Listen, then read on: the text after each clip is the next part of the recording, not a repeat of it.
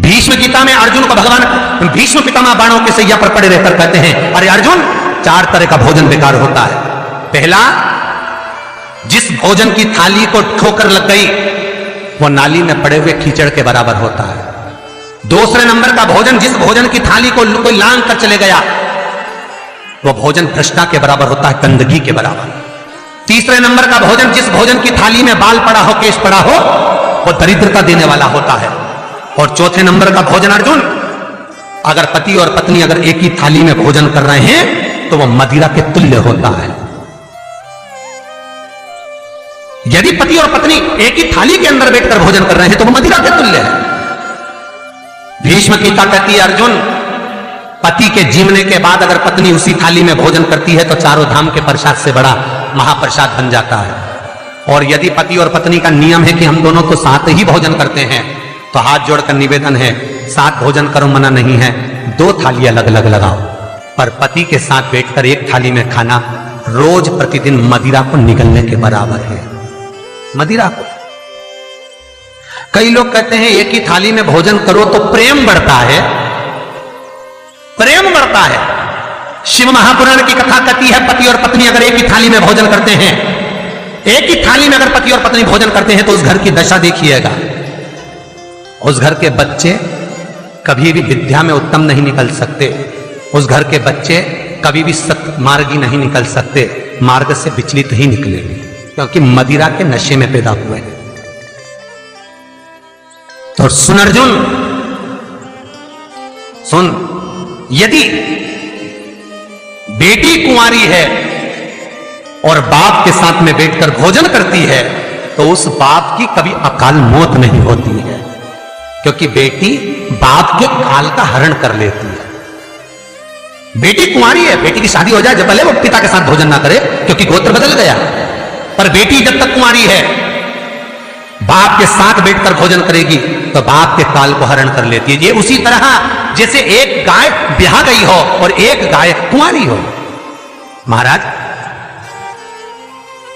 ब्याही हुई गाय का गोबर से लीपने से ज्यादा फलदायी होता है कुंवारी गाय का गोबर से लीपना,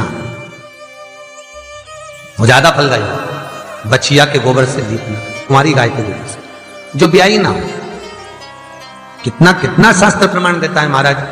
कई लोग दुखी भी हो रहे होंगे आज हमारी कथा सुनकर कि भगवान गुरु जी आपने कह दिया कि एक थाली में भोजन मत करो और हम तो इतने साल से करते हुए आ रहे हैं और अलग अलग करेंगे और ऐसा और वैसा। कई लोग तो चैनल ही बंद। शिव महापुराण की कथा कहती है, यदि आप भगवान विष्णु के मंदिर गए हो, सत्यनारायण भगवान के मंदिर गए हो, राम मंदिर गए हो, कृष्ण मंदिर गए हो, दत्त मंदिर गए हो, किसी भी देवता के मंदिर में जाते हो, वहां का प्रसाद आप 15 दिन 20 दिन तक रख सकते हो, पर शंकर का प्रसाद रात भर नहीं रखाता। क्यों?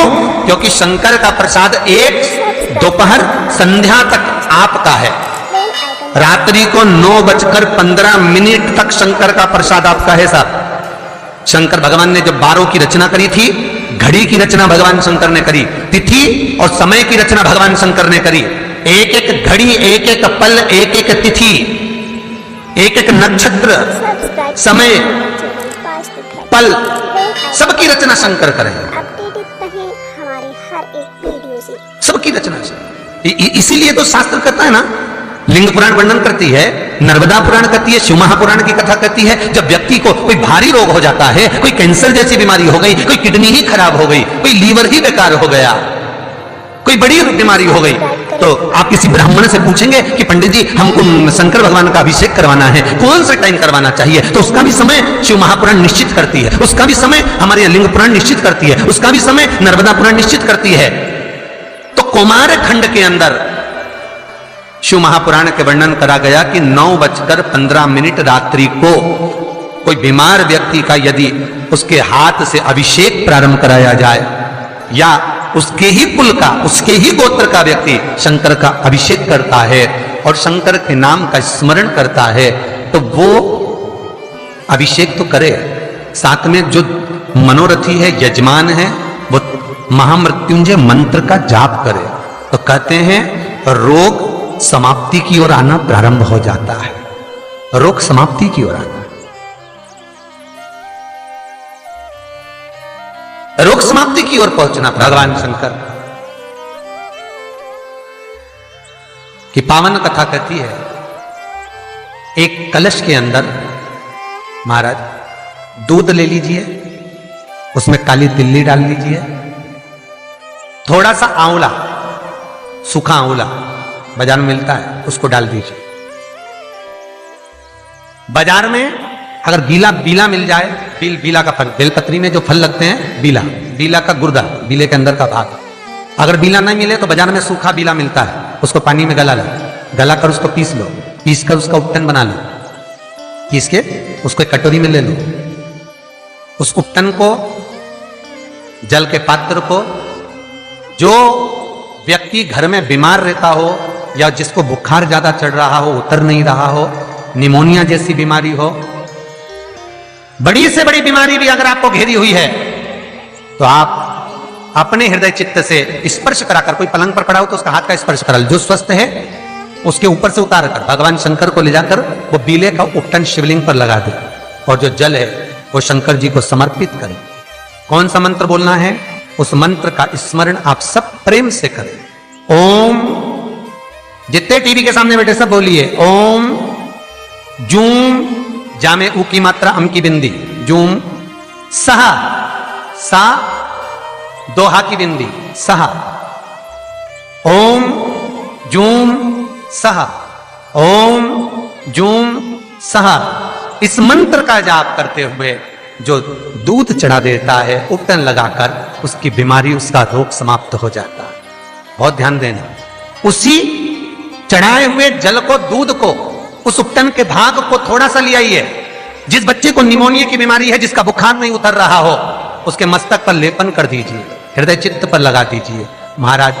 उसके बाद में उस बच्चे को वस्त्र से, गीले वस्त्र से पोंछ दीजिए, उस वस्त्र को झटकार दीजिए, बच्चे का बुखार 10 मिनट के अंदर उतर जाएगा। ये कभी भी कर सकते हो, ऐसा कोई दिन निश्चित नहीं है, कोई तिथि निश्चित नहीं है। जब बुखार आए, जब स्वास्थ्य ज्यादा गड़बड़ हो जाए, तब करिए। मंत्र का जाप करते हुए ओम हूम ओम जूम सहा, इस मंत्र का बस स्मरण करना है। ओम जूम सहा मंत्र का स्मरण करिए और शिव की आराधना करिए। ये वो औषधि है जो सती माता ने भगवान शंकर से विवाह के प्रथम में प्राप्त करी है। यदि कहीं से 5 मुखी रुद्राक्ष मिल जाए और 5 मुखी रुद्राक्ष को तांबे के कलश में जल भरकर उसमें डाल दो, किसी चम्मच से उस रुद्राक्ष को निकाल लो आधे घंटे डालने के बाद,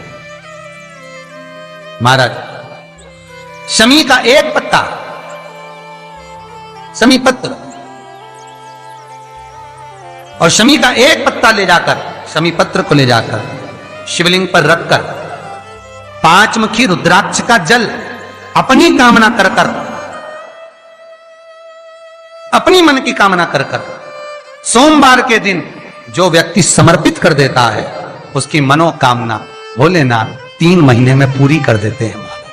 शमी पत्र समर्पित कर कर 5 मुखी रुद्राक्ष का जल, मनोकामना। और एक बहुत सुंदर बात वर्णन करूंगा। रुद्राक्ष को सिद्ध करने का तरीका है शंकर के शिवलिंग पर रखकर उसका अभिषेक करना और फिर उसको धारण करना। कई लोग पूछते हैं रुद्राक्ष पहनने का तरीका क्या है? शिव को समर्पित कर कर मंत्र का जाप, आपको मंत्र बताएं, उसका स्मरण कर कर फिर अभिषेक पूजन कर कर फिर धारण।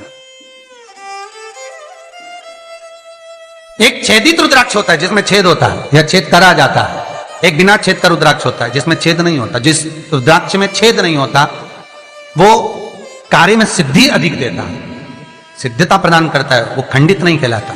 बड़ा रुद्राक्ष उसमें छेद करा जाता है तो वो खंडिता का भाव आ जाता है, पर जिस रुद्राक्ष में छेद नहीं होता वो पावर ज्यादा देता है, प्रबलता ज्यादा देता है, सुख ज्यादा देता है।